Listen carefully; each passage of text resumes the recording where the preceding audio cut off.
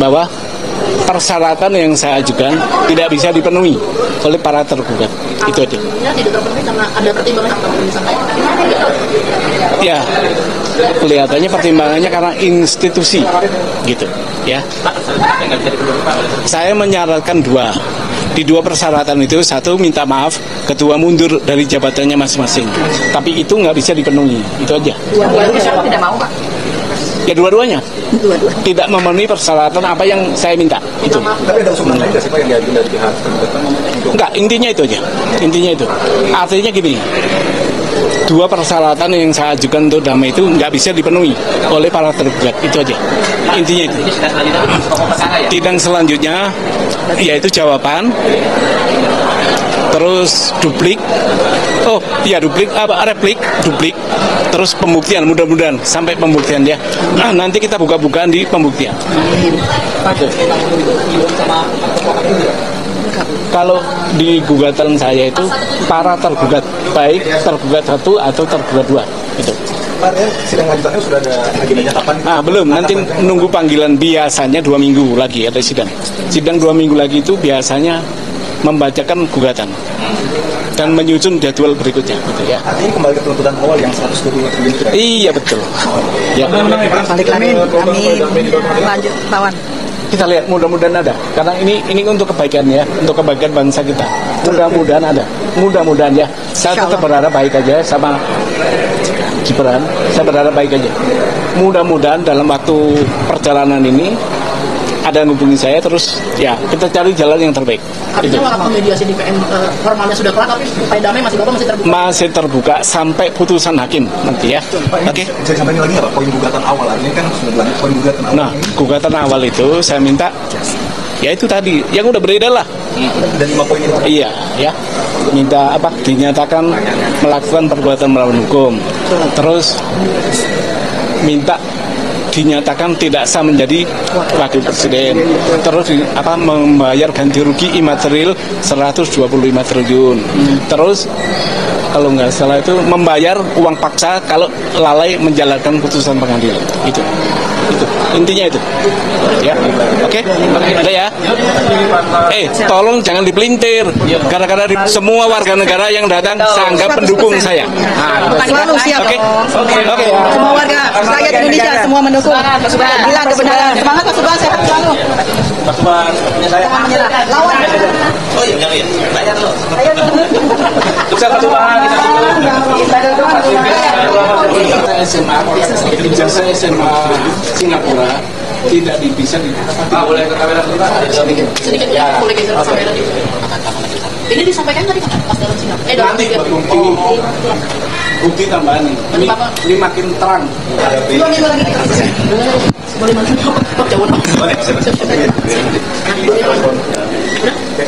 Pak, mungkin tadi boleh dijelaskan tadi mediasinya seperti apa sih, kan kami bocoran dapat gagal di damai. Jadi begini, mediasi itu kan perdamaian ya. Damai itu indah ya. Kalau bisa damai, kenapa kita harus bersengketa ya? Ya teman-teman, mediasi gugatan 125 triliun terhadap Gibran gagal. Apa alasannya? Ya teman-teman, kembali lagi bersama dengan saya di channel ini. Salam NKRI harga mati. Ya teman-teman, di sebuah cuplikan video yang barusan kita lihat tadi bahwa di mana Pak Subhan Palal sedang diwawancarai oleh para wartawan dan banyak sekali pertanyaan-pertanyaan yang ditanyakan kepada beliau ya mengenai terkait ijazah palsu Pak Gibran dan untuk lanjutan sidang mediasi untuk keberikutnya. Nah, kita dengar tadi bahwa Pak Subhan mengatakan bahwa sebenarnya permintaan perdamaian yang disampaikan, yang dilakukan oleh Pak Subhan Palal dan dari pihak kuasa hukum Gibran dari KPU juga tidak memenuhi syarat ya, dan mereka tidak melakukan hal yang diminta oleh Pak Subhan Palal ini. Nah teman-teman, kita melihat sebuah berita yang kita dengar hari-hari ini yang sedang beredar, ya itu tentang ya, persidangan ijazah Gibran. Nah, Suban di sini, Pak Suban Palal mengatakan bahwa sidang ijazah Gibran, ya tuntutan yang 125 triliun bisa dihapus, ya syaratnya ya beliau harus minta maaf, ya dan mundur sebagai wapres. Nah, teman-teman, apakah itu dikabulkan atau tidak oleh KPU, atau Pak Gibran juga bisa menerima pernyataan itu yang dimintakan oleh Pak Suban Palal? Tentu kita melihat, teman-teman, ya apa yang menjadi tanggapan dari pihak kuasa hukum Pak Wapres atau Gibran, ya.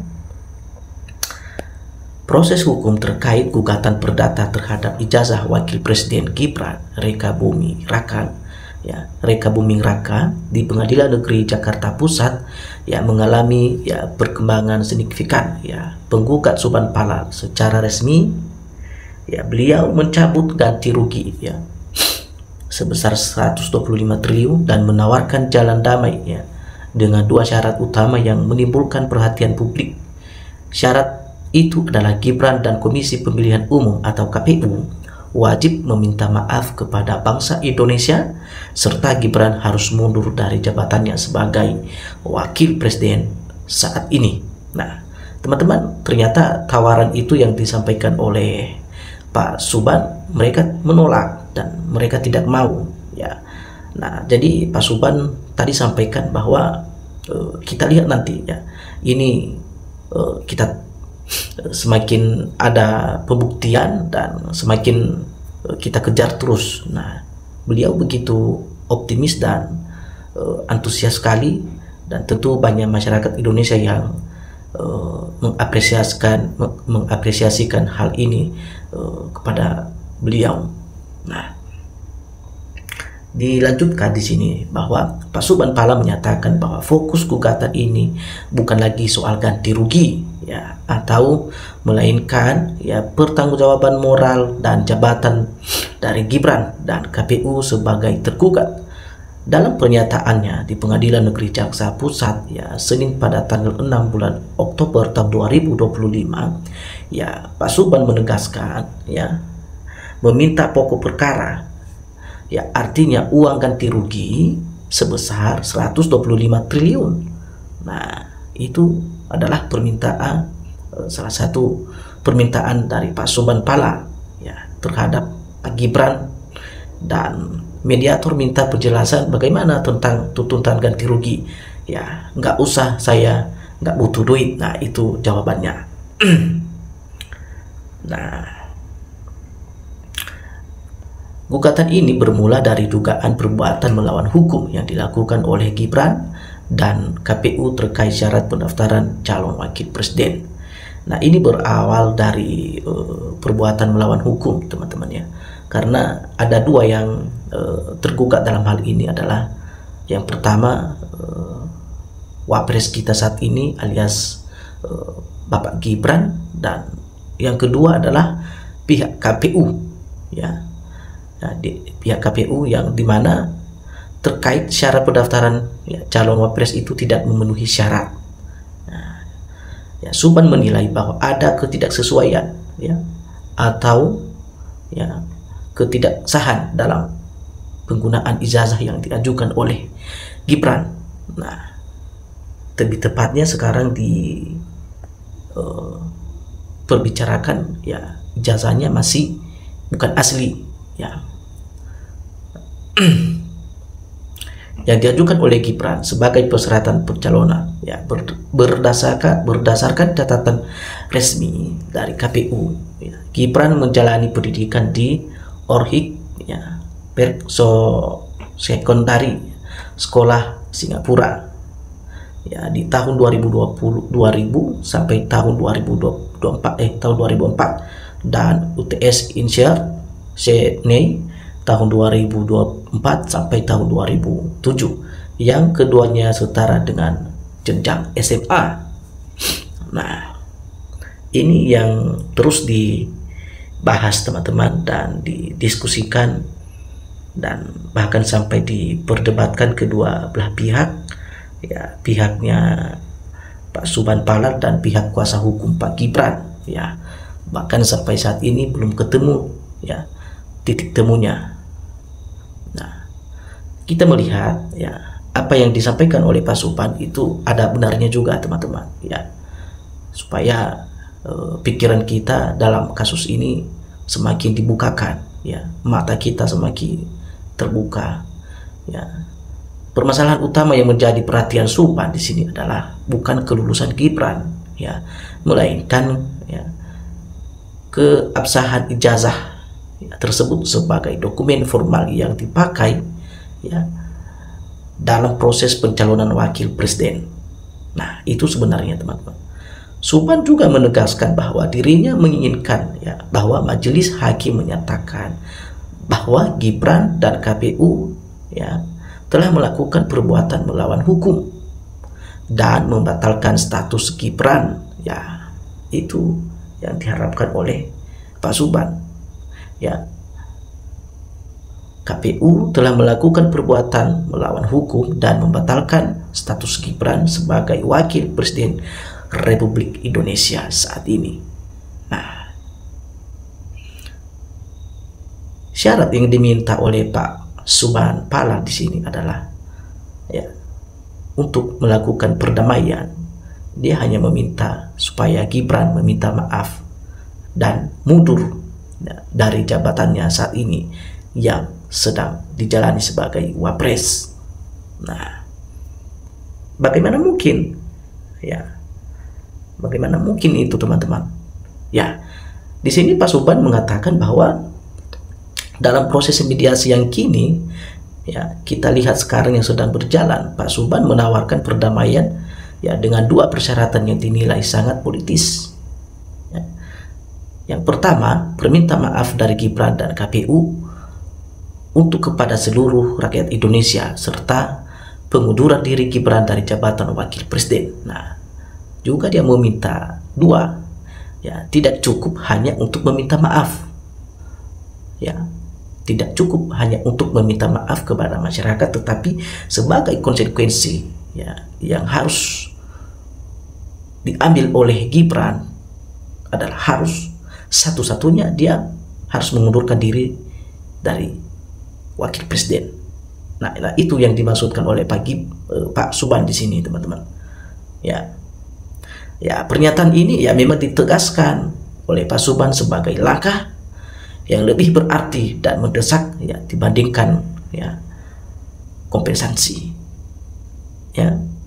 Nah, teman-teman, ini menarik, ya, dan kita melihat apakah pihaknya Pak Gibran dan KPU menerima atau tidak, ya, persyaratan yang dimintakan oleh Pak Suban Palak ini, ya. Kita melihat bahwa menurut Pak Suban, integritas atau moral, ya, pemimpin nasional menjadi hal yang jauh lebih penting dipertahankan, ya. Ya, mengatakan hal seperti itu, ya. Pertama, para tergugat meminta maaf kepada warga negara, kepada bangsa Indonesia, ya, ini kepada seluruh rakyat Indonesia dan teratas nama bangsa dan negara, ya. Baik tergugat satu ataupun tergugat dua, Gibran dan KPU. Ini ada dua tergugat di sini yang dilakukan oleh penggugat, oleh Pak Suban Palak. Nah, terus tergugat satu dan tergugat dua, ya, di sini disampaikan bahwa selanjutnya nanti, ya, selanjutnya harus mundur, ya, setelah melakukan permintaan maaf, dan yang tergugat pertama tadi harus mundur dari jabatannya. Itulah sebagai konsekuensi yang memang harus dia terima, karena langkah yang dia buat untuk menjadi masuk di dalam politik, katakan sebagai pemimpin, menjadi orang nomor 2 di negara ini, ya, dengan cara-cara yang memang tidak layak, ya, dengan cara yang tidak memenuhi syarat, ya, secara peraturan undang-undang yang berlaku di negara kita saat ini. Ya, Subhan juga, Pak Subhan juga menambahkan bahwa rakyat Indonesia tidak membutuhkan uang ganti rugi sebenarnya.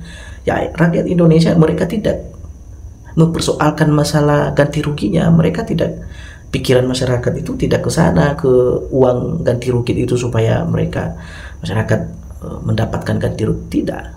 Tetapi melainkan kesejahteraan dan pemimpin yang terbebas dari cacat hukum. Sekali lagi, pemimpin yang bebas dari cacat hukum. Nah, oke, teman-teman, Nah, langkah selanjutnya dalam proses mediasi, kita lihat teman-teman apa nanti yang akan terjadi. Nah, katakan proses mediasi nanti dijadwalkan untuk berlanjut pada Senin tanggal 13 Oktober tahun 2025. Pada agenda sidang berikutnya, majelis hakim akan mendengarkan tanggapan dari pihak Gibran dan KPU sebagai tergugat terhadap tawaran perdamaian yang diajukan oleh Pak Subhan. Sidang ini menjadi momen, benar, sidang ini menjadi momen. Nah, di sini tadi disampaikan bahwa para hakim, majelis hakim nanti akan mendengarkan tanggapan dari pihak Gibran, tergugat 1 dan tergugat 2 adalah KPU. Bagaimana tawaran yang telah diberikan atau diminta oleh pihak Pak Subhan sendiri. Nah, teman-teman, kita berharap ada satu jalan keluar, ada, semoga tawaran perdamaian ini juga segera direspon oleh pihaknya Pak Gibran. Nah, lalu jika kedua belah pihak ini menerima syarat yang diberikan, maka proses hukum dapat berakhir dengan perdamaian, yang artinya tuntutan material dan perkara hukum bisa ditutup. Namun bila tidak tercapai kesepakatan yang ditawarkan oleh Pak Subhan tadi dalam perkara ini, kemungkinan besar teman-teman akan kembali berlanjut ke babak persidangan selanjutnya. Nanti kita tunggu lagi apa hasil persidangan selanjutnya. Nah, teman-teman, cukup menarik, cukup menarik. Memang ini sangat luar biasa teman-teman, kasus ini sama-sama saling bertahan dan sama-sama saling kuat. Nah, ketika ini semua sudah terjadi, kasus ini, dan kita melihat apa dampak dan reaksi publik atau masyarakat Indonesia terhadap kasus ini. Nah, di sini kita menjelaskan bahwa kasus ini sebenarnya telah menarik perhatian luas masyarakat dan kalangan pengamat politik, terutama karena melibatkan wakil presiden yang merupakan tokoh sentral dalam pemerintahan saat ini.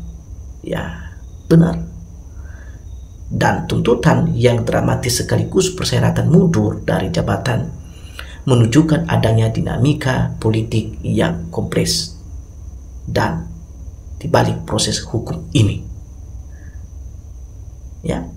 Sekali lagi teman-teman, saya ulangi, sebenarnya kasus ini sangat menarik, menarik perhatian luas masyarakat dan kalangan pengamat politik, terutama karena melibatkan wakil presiden yang merupakan tokoh sentral dalam pemerintahannya saat ini.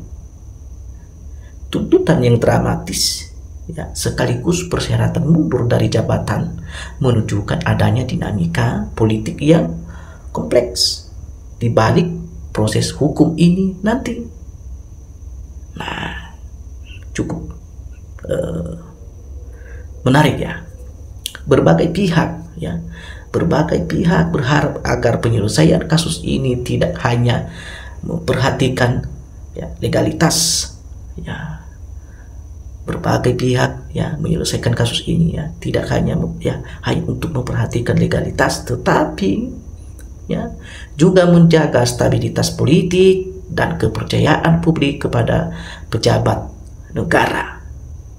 Ya, mediasi yang tengah berlangsung diharapkan bisa memberikan solusi yang mengedepankan kepentingan bangsa dan negara secara menyeluruh, teman-teman. Nah, cukup jelas ya. Ya, ini sebuah pernyataan yang memang menarik. Ya, kita melihat bahwa dengan kasus-kasus ini ya, banyak para pakar ya hukum kita yang mengatakan ya bahkan sampai perekonomian Indonesia pun terganggu dalam hal kasus ini, teman-teman. Terganggu sekali karena fokus pikiran pemerintah beralih ke sana ya, isu-isu politik yang sedang berjalan ini. Nah, kita lihat ya, artinya nanti pada akhirnya ya, sidang mediasi di tanggal 13 Oktober akan menjadi babak penentu ya atas langkah yang akan ditempuh kedua belah pihak tadi, serta arah selanjutnya dari kasus yang menghebohkan ini. Ya, kita melihat nanti bagaimana penentunya. Ya, publik masih menunggu, rakyat Indonesia masih menunggu. Ya, apakah Gibran dan KPU bersedia menerima syarat damai ya, atau memilih ya, mempertahankan posisi hukum mereka di pengadilan. Nah, belum selesai sampai di sini, teman-teman. Masih berlanjut nih. Nah, jadi dalam kasus ini ya kita belajar untuk dalam kedua belah pihak ini, teman-teman. Ya, kita melihat ya siapa yang benar dalam perkara ini. Ya, yang mudah-mudahan ya kalau memang Pak Gibran juga terbukti melawan hukum dan melanggar hukum ya dan merusak demokrasi yang ada di Indonesia, ya tidak salah ya, proses hukum tetap berlaku ya, seperti yang diulang-ulang oleh Bapak Presiden kita Pak Prabowo. Siapapun yang melakukan pelanggaran hukum tidak pandang bulu ya, dieksekusi. Nah, lalu bagaimana nanti kalau ini terjadi kepada wapresnya sendiri? Wah, ini bahaya ini, teman-teman. Nah, jadi untuk itu, teman-teman, silakan ikutin terus channel ini agar berita-berita yang akan baru ya teman-teman tidak akan ketinggalan ya. Oke, sampai jumpa di video selanjutnya. Salam NKRI harga mati.